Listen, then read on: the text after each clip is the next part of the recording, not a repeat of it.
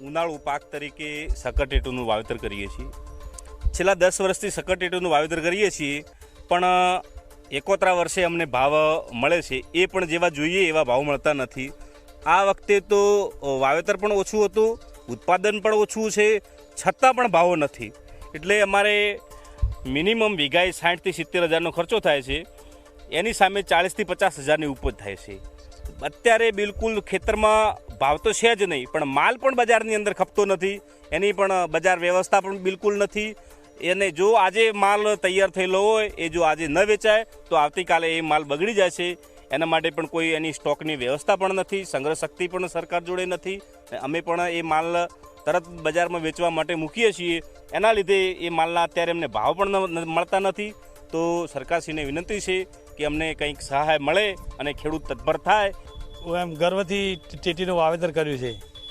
અમે ઊંચા ભાવનું મલ્ચિંગ લાવ્યું છે, ઊંચા ભાવની ડ્રીપ લાવી છે, ઊંચા ભાવના બિયારણ છે અમારી જોડે, ઊંચા ભાવના ખાતર બાતર નાખી અને અમે 3 મહિના તનતોડ મહેનત કરી અને સક્કરટેટીનું વાવેતરનું ઉત્પાદન કર્યું છે.